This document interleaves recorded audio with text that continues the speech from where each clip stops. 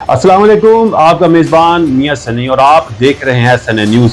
आज के ब्लॉग में हम बात करेंगे कि अंदरून लाहौर अंडरवर्ल्ड दुश्मनी की फिल्मी दास्तान पर। लाहौर पर वो मुश्किल वक्त जब एक थप्पड़ ने खानदानी दुश्मनी को भड़काया। टीपू ट्रक्का वाला क्यों निशाना बनाया गया? बलाज टीपू का कत्ल किसने करवाया था? अमीर बलाज टीपू की किससे दुश्मनी थी? टीफी भट्ट के बहनोई को कैसे टारगेट किया गया? पुलिस का किरदार क्या था? सेफ सिटी के कैमरे कैसे बंद हुए? क्या गैंगवार चल रहा है या सियासी पुष्टपनाही पर किलिंग की जा रही है? व्लॉग पर जाने से पहले मेरी आपसे रिक्वेस्ट है कि चैनल को सब्सक्राइब जरूर कीजिएगा ताकि आने वाली तमाम अहम खबरें आप जान सकें।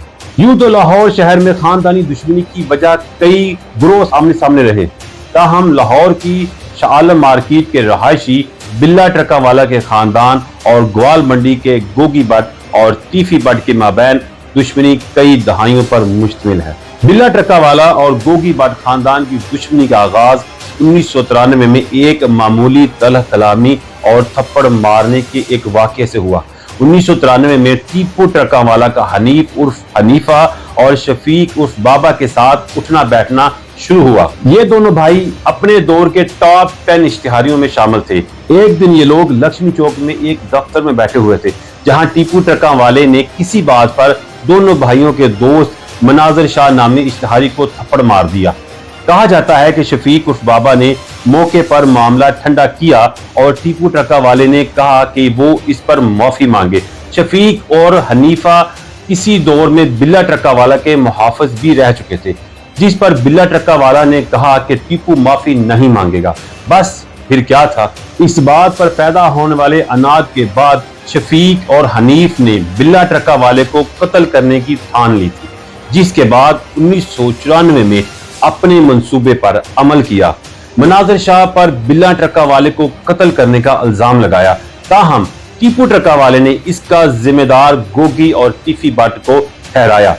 ट्रक्का वाले खानदान का गुड्स ट्रांसपोर्ट का कारोबार है जो पूरे पाकिस्तान में फैला हुआ है, जबकि गोगी और टीफी भट्ट की ग्वाल मंडी में कई प्रॉपर्टीज हैं। फ्रीकैन की दुश्मनी इस नहज पर पहुंची कि दोनों ने अपने बच्चों को बैरून मुल्क मुंतकिल किया और अमीर बलाज टीपू भी 2010 में वालिद के इंतकाल के बाद ही पाकिस्तान वापस आए थे। आपको याद होगा कि 20 जनवरी 2010 को लाहौर के इलामा इकबाल इंटरनेशनल एयरपोर्ट की पार्किंग में फायरिंग के बाद भगदड़ मच गई। दहशतगर्दी के पै दर पे वाकयात से परेशान लाहौरियों को लगा शायद इस बार दहशतगर्दों का निशाना लाहौर एयरपोर्ट है, लेकिन कुछ देर के बाद पता चला कि यह दहशतगर्दी की कार्रवाई नहीं बल्कि लाहौर में गैंग वॉर का शाखसाना है और निशाना बनने वाले शख्स का नाम आरफ अमीर उर्फ टीपू ट्रक्का वाला है। अपने वालिद टीपू ट्रक्का वाला के बाद अमीर बलाज टीपू ने गद्दी संभाली और यूं वो भी खानदानी दुश्मनों की हिट लिस्ट पर आ गया। अमीर बलाज टीपू को अगर अपने डेरे से चार दीवारी से निकलकर कहीं बाहर जाना होता था तो मसल्ह मुहाफिजों ने एक काफिला गाड़ियों में उनके आगे पीछे बनाया होता था। जिंदगी का ये तर्ज उन्होंने अपने वालिद के कत्ल के बाद उस वक्त अपनाया जब वो 17 या 18 बरस की उम्र में उन्हें खानदानी दुश्मनी का हार उठाना पड़ा। अमीर बलाज पढ़ा लिखा था और उसकी परवरिश भी उस माहौल में बाहर हुई थी। उसके बाद में सुनने में आया कि वो चाहता था दुश्मनों का खात्मा किया जाए, मगर दुश्मनियां उसको विरासत में मिली थी। अमीर बलाज टीपू ने बहुत सी दुश्मनियां खत्म भी की थी, जहां उनकी कई पुराने दुश्मनों से सुलह हो गई थी, ताहम भट्ट गैंग से वो सुलह नहीं कर पाए थे और वतन वापसी पर उनके मुखालिफिन ने उस गैंग वार को फिर जिंदा कर दिया। जब अमीर बलाज टीपू अपने हिफाजती हिसार के साथ लाहौर के एक पोश इलाके की निजी हाउसिंग सोसाइटी में अपने एक दोस्त की शादी की तकरीब में शिरकत की तो उस पर कातलाना हमला किया गया।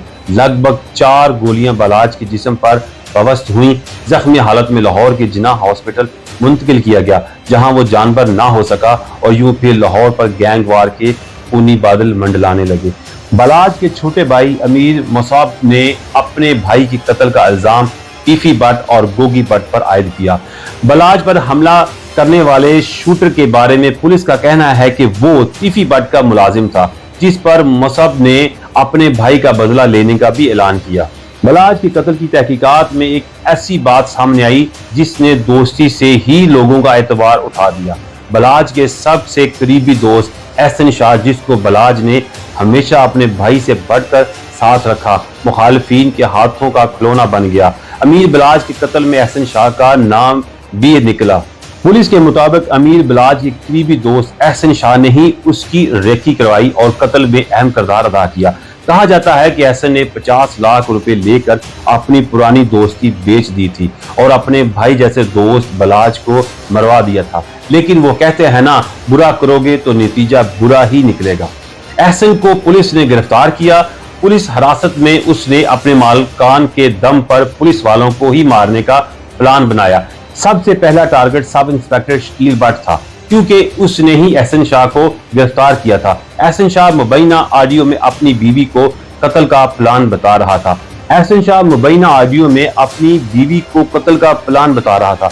मुबैना ऑडियो में एहसन शाह अपनी बीवी से कह रहा था कि बहुत जल्द जेल से बाहर आ रहा हूं, राह होते ही 1 माह के लिए सऊदी अरब चला जाऊंगा। मैं जेल का बहुत बड़ा फनकार बन चुका हूं।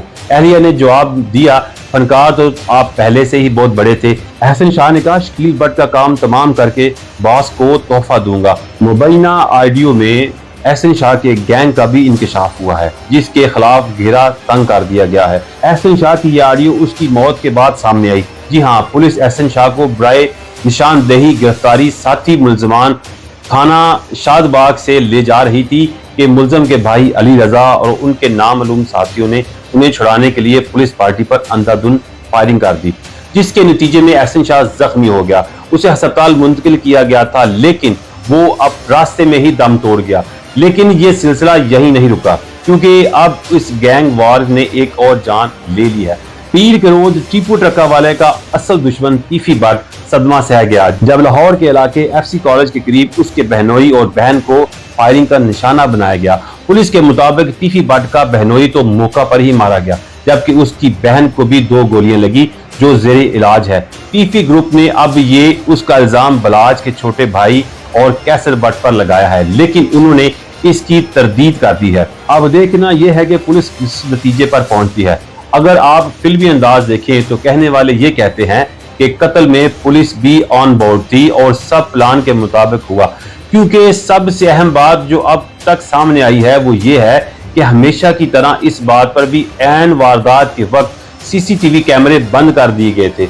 अब सवाल यह है कि अचानक ऐसा क्या हुआ, क्या सीन बना होगा, तो ये तो वक्त ही बताएगा। इस हवाले से जैसे जैसे पेशरफ्त होगी हम आपसे शेयर करेंगे। उम्मीद है आपको आज का ये व्लॉग और अंडरवर्ल्ड गैंग की ये कहानी आपको पसंद आई होगी। अपनी कीमती आरा से हमें जरूर आगाह कीजिएगा। देखते रहिए SNA न्यूज़। अल्लाह हाफिज।